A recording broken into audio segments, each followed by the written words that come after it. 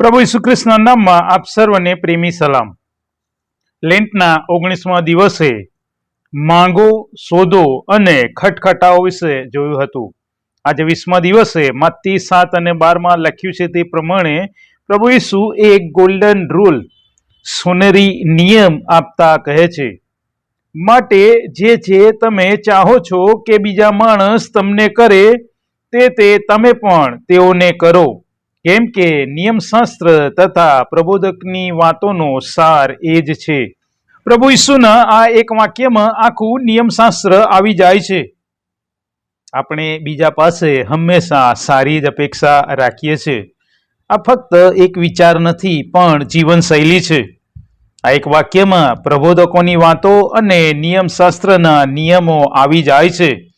કેમ કે તમે સારી અપેક્ષા ત્યારે જ રાખી શકો જ્યારે તમે બીજાની સાથે સારી રીતે વર્તો. બેઉ સારી રીતે રહે તો પાપ થવાનું જ નથી.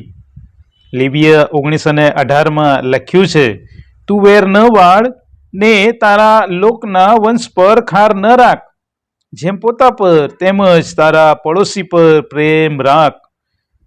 પોતા પર તેવો જ પ્રેમ પડોશી પર રાખવાની વાત અહીં લખવામાં આવી છે. પ્રભુ ઈસુ આ આજ્ઞાને અહીં વધુ અસરકારક અને સક્રિય બનાવે છે. અન્ય જેવો બદલો લેવાનું અને બીજાને નુકસાન કરવાનું કહે છે, ત્યાં પ્રભુ ઈસુ કહે છે, બીજાને માટે સારા કામ કરો.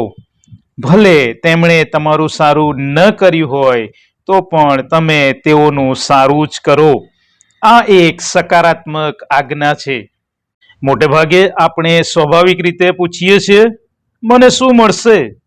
પણ પ્રભુ ઈસુ કહે છે, તમે બીજાને શું આપશો? આ સોનેરી નિયમ આપણું ધ્યાન આપણા પોતાના પરથી બીજાની તરફ દોરે છે. આ નિયમ પાળવા માટે માત્ર એક જ ગુણ જરૂરી છે, અને તે ગુણ છે સહાનુભૂતિ. વિચાર કરો, જ્યારે તમને અવગણવામાં આવે છે ત્યારે કેવું દુઃખ થાય છે?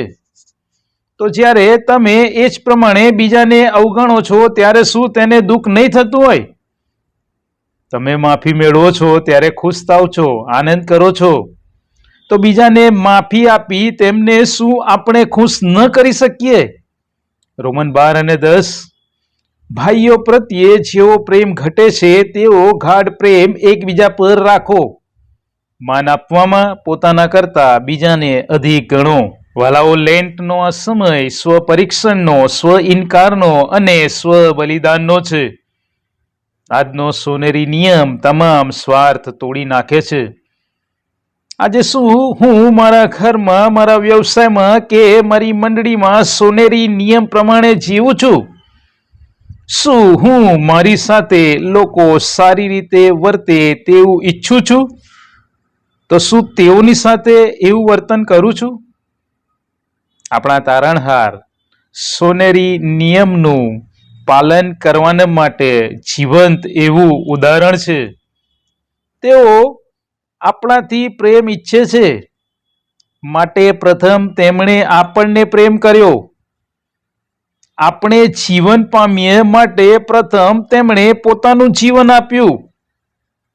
આપણે ક્ષમા પામીએ માટે પ્રથમ તેમણે ક્ષમા આપી.